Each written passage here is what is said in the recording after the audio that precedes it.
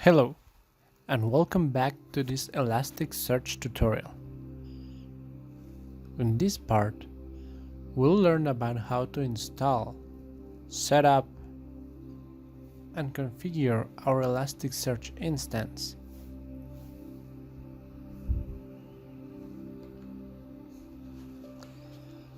Elasticsearch is available for Windows, Linux, and Mac. If you'd like to install Elasticsearch on Windows, then an MSI or regular installer is available.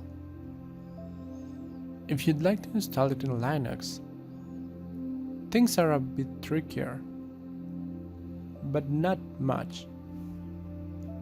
You should be comfortable with the Linux console, but it's pretty straightforward.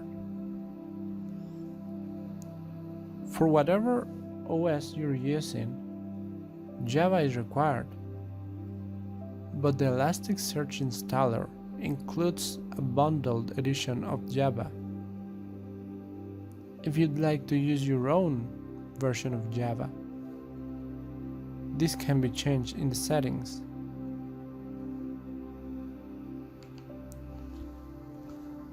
Let's see how we'd go about installing Elasticsearch. For the purposes of this tutorial, I'll be using a brand new installation of Ubuntu 18.04, but all the settings and configuration that I'll use are the same for all versions of Elasticsearch, whether they are different distros of Linux, a Windows installation, or a Mac.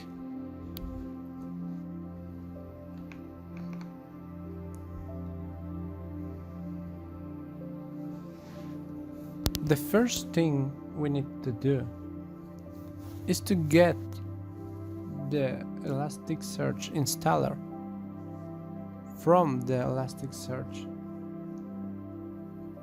webpage. To do this, we'll use curl.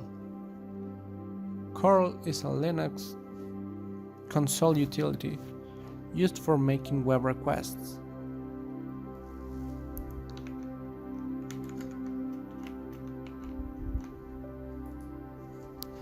Because the address is a bit long, I just copied it here, but you can get this from the downloads page of the Elasticsearch official webpage.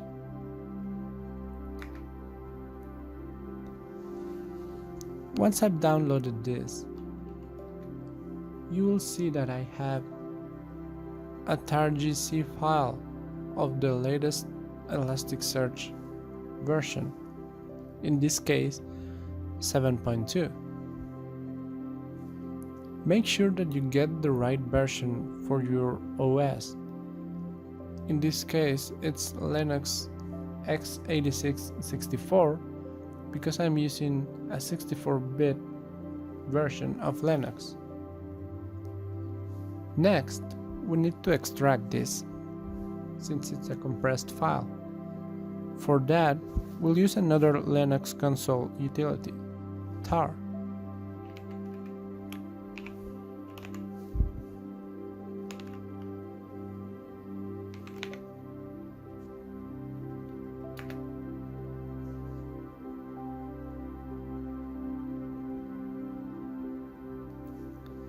Now, you can see that we have a new folder with the Elasticsearch installation. Now, out of the box, Elasticsearch is already usable, but it does have a couple of pitfalls. For example, I usually use the root user when connecting to my instances. But ElasticSearch will not allow you to run using the root user. Let's give this a shot.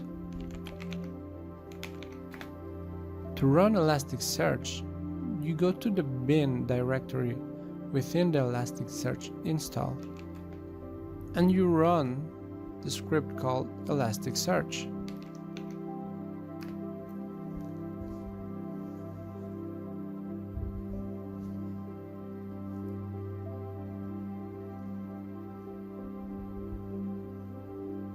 However, you can see that I get an error message. This is because ElasticSearch cannot be run as root. You'll need to use another user. In my case, I've created a user called ElasticSearch, and I'll use that to run my ElasticSearch instance. First, I'll move my ElasticSearch installation folder to that user's home folder.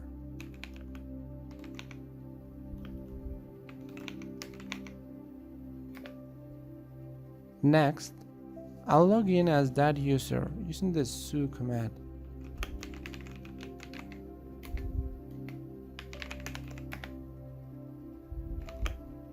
And go to its home folder. Now, if I try to run ElasticSearch, I should have no problems.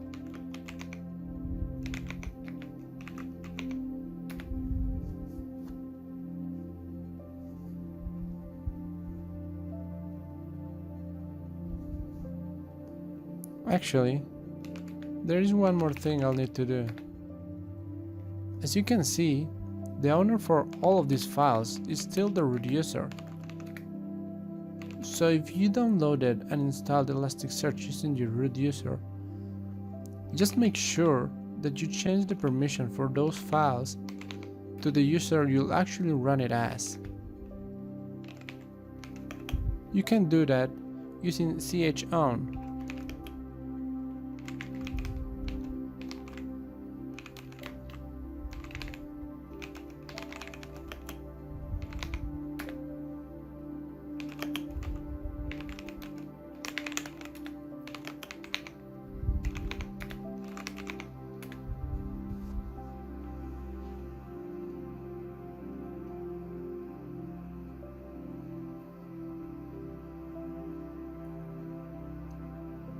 Now when you try to run ElasticSearch, you'll get a lot of information messages.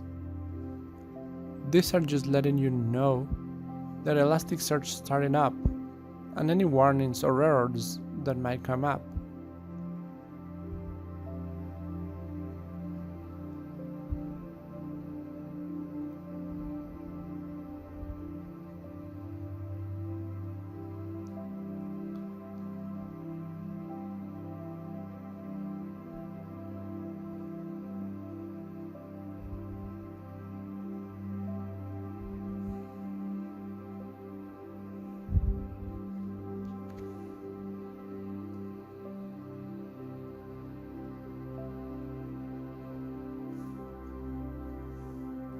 If everything works correctly, you will see these messages indicating that your ElasticSearch instance was started correctly. But we can check that. First, we'll leave this tab open because ElasticSearch needs to be running. Then, we'll use curl to get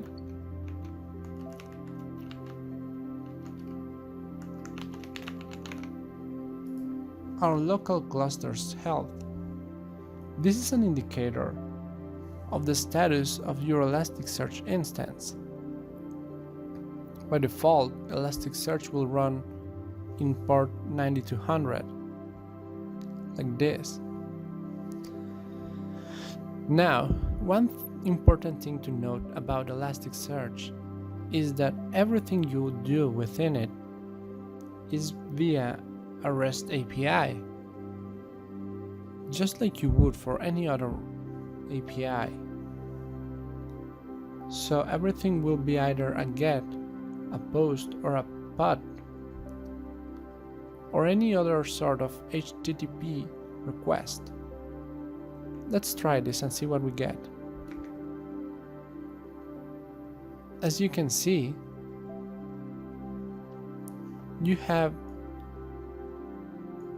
a number of indicators stating the health of your ElasticSearch instance. But if you're in a hurry, you have a column called status that will either be green if everything is okay, yellow if all the information is available, but some replicas are not up to date yet, or red if there's some issue with the information and not all of it is available. If you get this message when checking your cluster's health, then that means the ElasticSearch instance was installed and configured correctly.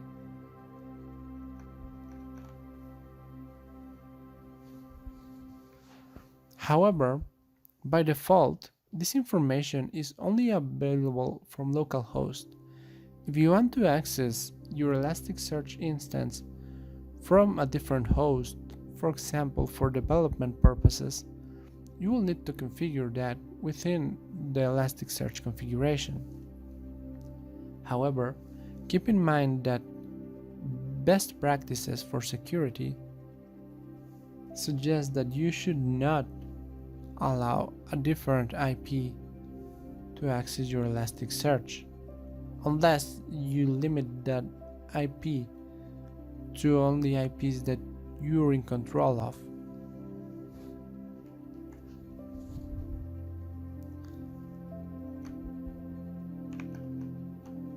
Let's give it a shot. This is the IP address for my ElasticSearch server. So if I press enter, because the curl was a GET request, I should get the same thing I did on the other side, right? Well, no. Like I just said, by default, this page is only accessible via localhost. But let's configure that. Let's stop our ElasticSearch instance by pressing Ctrl+C. Now we'll go to the config folder. Here we have three main files of interest: elasticsearch.yml, that's a YAML configuration file for Elasticsearch itself; jvm.options, that's the configuration options for the Java virtual machine that's bundled with Elasticsearch; and log for j2.properties, which is the configuration file for the login in Elasticsearch. Let's open up elasticsearch.yml and see what it has.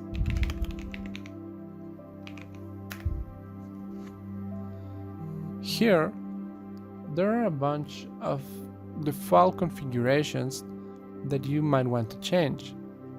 Everything is commented out, so in order to enable one of these, you only need to delete the comment at the start of the line. Let's try and set our Elasticsearch instance to accept requests from outside IPs.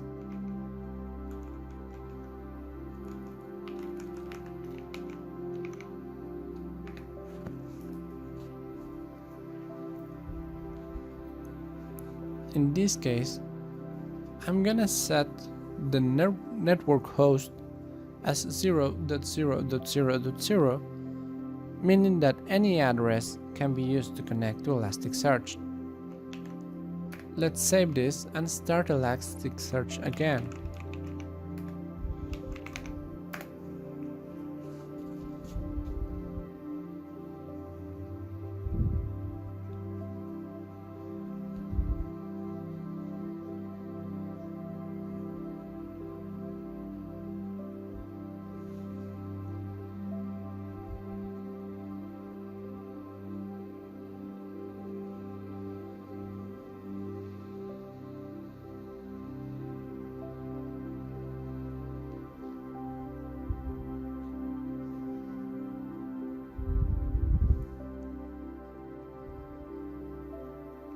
Now, let's try to access this page once again. As you can see, the same information that was available from our console is now available here. And all the other APIs, which we'll use to interact with Elasticsearch, will also be available here. In the next tutorial, we'll see a little bit more about how to interact with our Elasticsearch instance and the field types that we have available.